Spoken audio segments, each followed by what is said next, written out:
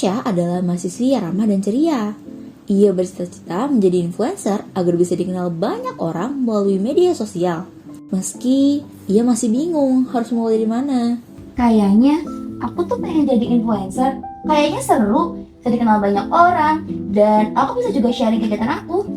Ya bisa banget Lasa, tapi kamu harus mulai dari hal-hal kecil dulu supaya orang-orang bisa notice kamu. Contohnya? Bentar lagi kan Valentine nih. Gimana kalau kamu bagi-bagi coklat? Biar kamu dikenal di lingkungan kampus. Wah, menarik sih idenya. Boleh tuh aku lakuin. Yalah, coba lakuin aja. Makasih ya idenya. Asya pun mengikuti saran temannya. Di hari Valentine, ia memberikan coklat ke beberapa orang di kampusnya.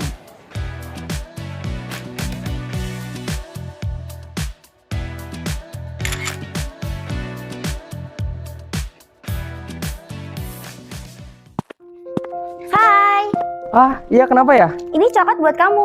Buat aku? Iya, Happy Valentine ya. Makasih ya. Iya. Oh, itu yang namanya Asya. Baik banget deh. Bagi Asya, itu hanyalah bentuk kebaikan kecil di hari Valentine. Namun, bagi Raka, perhatian itu memiliki arti yang berbeda. Boleh, nanti kita ke make up-nya ke depan aja gimana? Asya. Halo, kamu? Aku yang tadi kamu kasih coklat Valentine. Oh, aku kenal kamu kok. Yaudah, duluan ya. Iya. Namun, Raka salah paham. Ia mengira Asya memiliki perasaan padanya. Sejak saat itu, Raka mulai memperhatikan Asya dan diam-diam menyukainya. Kok aku kepikiran terus ya sama dia? Gimana ya kalau aku bisa dekat sama dia?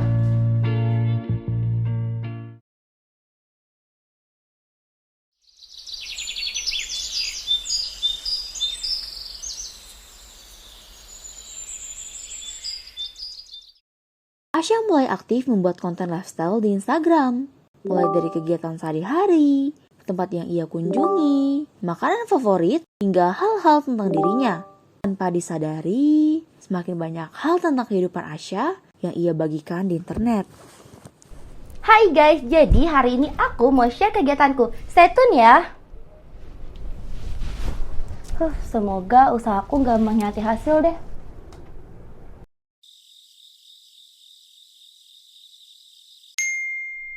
Followers Asya mulai bertambah. Ia pun membuka sesi Q&A di Instagram Story. Di balik layar, Raka melihat kesempatan dari sesi tanya jawab tersebut. Ia mulai memperhatikan setiap detail yang dibagikan Asya. Kamu tinggal di daerah mana? Kamu biasanya pulang jam berapa? Kamu anak keberapa? Tanpa sadar, Asya menjawab semua pertanyaan itu dan mulai melakukan oversharing. Semarang, 8 Maret 2007. Sya, hati-hati ya. Jangan terlalu banyak share data pribadi di internet. Bahaya tahu. Iya, terima kasih ya udah ingetin. Coba nonton ini deh, Sya. Biar kamu lebih hati-hati. Soalnya lagi marak terjadi kasus doxing akhir-akhir ini tahu. Link video apa ini? Assalamualaikum warahmatullahi wabarakatuh. Perkenalkan, saya Haidar Alidrus, saya software engineer di Indosat. Hari ini kita akan membahas apa itu doxing ya. Doxing itu secara singkat publikasi atau penyebaran informasi data pribadi di internet. Data pribadinya itu sendiri bisa berupa nama lengkap, alamat, atau data-data pribadi lainnya ya. Mungkin di era digital ini udah nggak umum lah kita ngepost foto atau bahkan sekedar mention temen aja itu bisa jadi data yang dikumpulkan oleh pelaku doxing untuk melakukan kegiatan doxingnya ya. Nah, siapa sih yang bisa melakukan doxing ya? Atau pelaku doxing itu backgroundnya apa? Banyak yang ngira kalau yang melakukan doxing itu antara hacker atau orang yang bekerja di dunia IT lah, orang yang familiar dengan teknologi informasi ya. Ironisnya sebenarnya siapapun yang tech savvy enough gitu, yang lumayan paham teknologi, itu bisa dengan mudah melakukan doxing. Ya, doxingnya itu sendiri cukup dengan sabar mengambil data pribadi yang terpencar ya. Kayak data pribadi itu seakan-akan kayak puzzle lah gitu, kecil-kecil tapi nanti di gather. Ada sekarang toolsnya juga banyak ya untuk information gathering segala, dikumpulkan sudah bisa cukup datanya menjadi data yang publishable gitulah, paling itu. Nah, apa yang dapat dilakukan untuk menghindari doxing? Ya, pertama mungkin yang paling mudah itu self audit ya. Kalian bisa coba misalkan Google nama kalian, nama lengkap kalian di Google, apa sih yang muncul data-data pribadi kalian gitu. Kadang-kadang kita nggak ngeh gitu, kita Google namanya kok, oh ternyata ada data pribadi kita yang muncul di search engine. Nah itu tuh kadang-kadang kita nggak ngeh, kita upload foto, kita upload apa, di dalam fotonya itu tuh ada yang disebut metadata gitu, metadata header kalau kalian pernah dengar istilahnya. Nah di situ kadang-kadang ada location, ada jenis kamera segala macam. Ya, sesedikit-sedikitnya informasi itu yang kita anggap remeh itu kadang-kadang kalau di link sama informasi-informasi lain bisa ngelit ke informasi yang lebih lanjut gitu. Makanya nggak harus jadi hacker lah untuk paham cara mendoxing. Contoh kasus doxing ya yang belum lama terjadi, mungkin kalian pernah dengar di berita di sosial media, seorang hak asasi manusia aktivis HAM bernama Veronica Koman, karena beliau sering menyinggung politisi-politisi, figur-figur penting lah, maka dia terkena doxing. Bahkan bukan hanya beliau sendiri, cuman keluarga-keluarganya pun terkena doxing. Ya, yang akhirnya berdampak ke kecemasan, perasaan tidak aman, sama banyak ancaman-ancaman lainnya dari netizen. Nah, sekarang apa sih yang bisa kita lakukan gitu untuk menghindari doxing? Pesan saya mungkin pintar-pintar memilih apa sih yang kita upload di sosial media.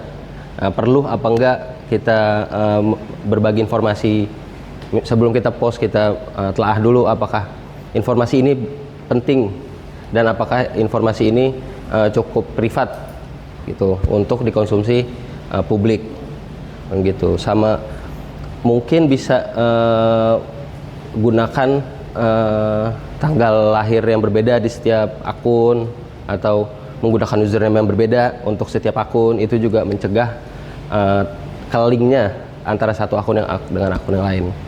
Ya, sekian penyampaian materi saya tentang doxing. Semoga kedepannya anak-anak bisa lebih cerdas ya, lebih cermat memilih apa sih yang harus diupload ke sosial media untuk menghindari tersebarnya data-data pribadi. Assalamualaikum warahmatullahi wabarakatuh. Masa iya sih?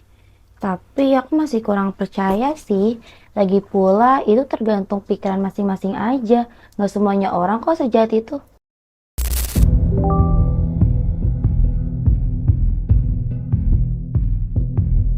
Oh, jadi ini yang katanya tetangga doang toh.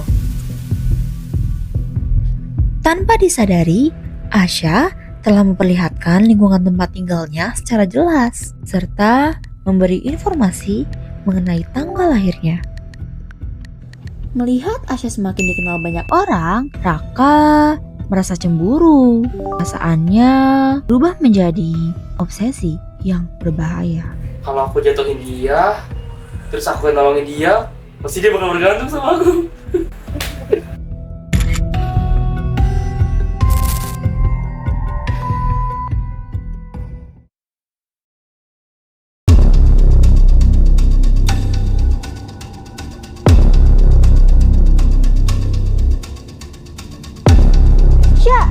Sumpah, ini bukan kamu kan?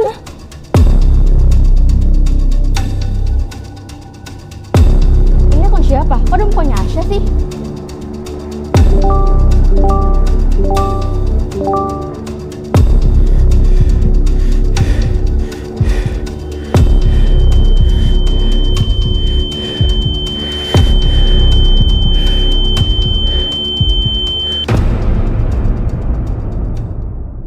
Ini bukan aku. Aku gak pernah foto kayak gini. Siapa yang nyebarin? Aku takut data aku kesebar. Aku takut. Ini siapa yang ngelakuin? Ini siapa?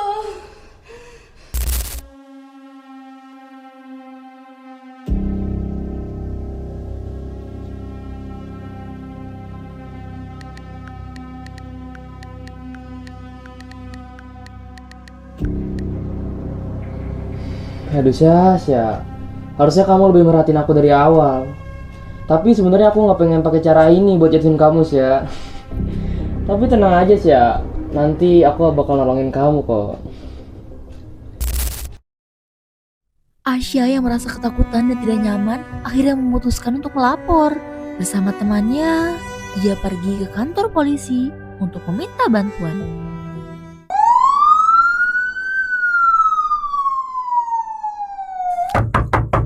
Permisi. Kami dari kepolisian. Buka pintunya. Dengan saudara kah? Iya Pak, dengan saya benar. Ada apa ya Pak? Kami datang atas perintah penangkapan terkait laporan penyebaran data pribadi dan manipulasi konten yang Anda lakukan di media sosial. Enggak kok Pak, bukan saya Pak, saya nggak tahu apa-apa. Kami punya bukti aktivitas tidak akun anonim yang terhubung dengan perkataan Anda. Maaf Pak, saya nggak tahu apa-apa Pak. Pak, maaf Pak, bukan saya Pak. Saya nggak bermaksud Pak. Udah nggak usah banyak ngomong, jelasin nanti di kantor polisi. Maksud saya bukan gitu Pak. Saya cuma pengen dia Pak.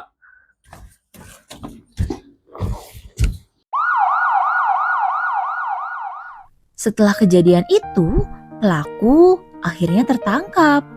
Asya mencoba bangkit dari traumanya dengan bantuan orang-orang yang masih mempercayainya. Aku belajar dari kejadian ini bahwa tidak semua hal harus dibagikan di internet.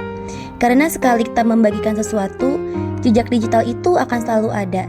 Jadi, mari bersama bijak dalam menggunakan media sosial dan hindari oversharing. Karena data pribadi bisa disalahgunakan.